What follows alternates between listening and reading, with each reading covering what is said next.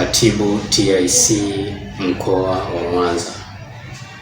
TIC ni taasisi ya dini ambayo kwa kirefu chake ni Tanzania Ithnasharia Community, ambayo hii taasisi inasimamia masuala ya kidini, hasa kuelimisha vijana kumcha Mwenyezi Mungu Subhanahu wa Ta'ala, na pia kufundisha maadili mema.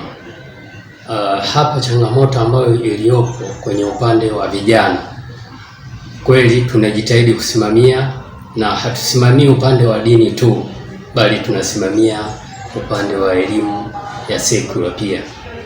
Hayo yote tunasimamia. Ndio maana kauli mbiu yetu inasema elimu, kazi na ibada. Mafanikio yapo, lakini kila penye mafanikio kuna changamoto.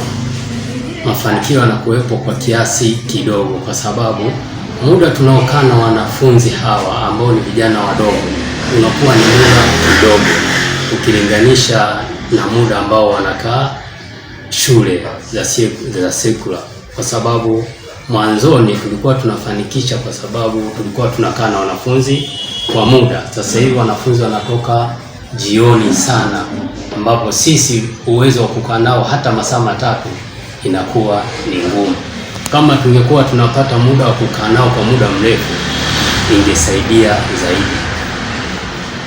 Tungefundisha kwa upana zaidi, tofauti na sasa unapata dakika labda 40 za kipindi. Hizo dakika ni chache sana, ambazo labda ni shule nzima, tuseme shule ya msingi, shule nzima, alafu napewa dakika 40. Ni dakika kidogo. Kwa hiyo pewa labda acha siku moja, hata zingekuwa kama siku 3 kwa wiki, nadhani zingesaidia kwa kiasi kikubwa.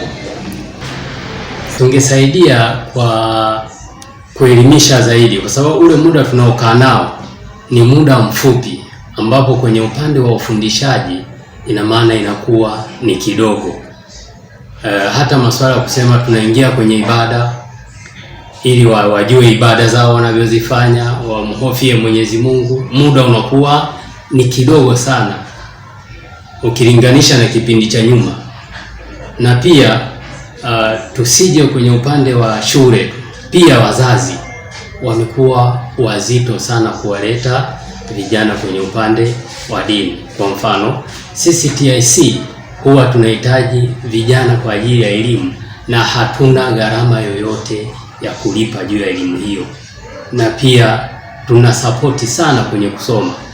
Hata wale ambao hawana uwezo huwa tunajitolea kwa ajili ya kuwasomesha. Hivyo wazazi nao kukaa na wanafunzi, kukaa na watoto wao kwa sasa hivi imekuwa ni changamoto, kwamba kukaa wakawaeleza malezi.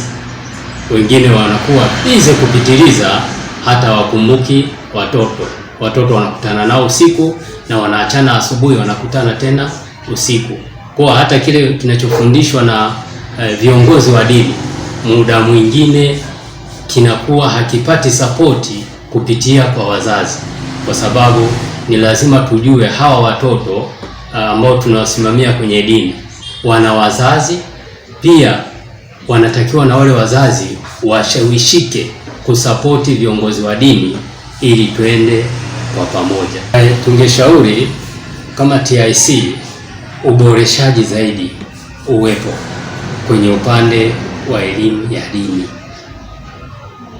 hapo, kwa sababu kama watoto watajua maadili ya dini, watakuwa na hofu ya Mungu, kwa hata yale mambo ambayo ni mabaya hawezi kuyafanya, kwa sababu watakuwa wanahofia hapa namkosea Mwenyezi Mungu.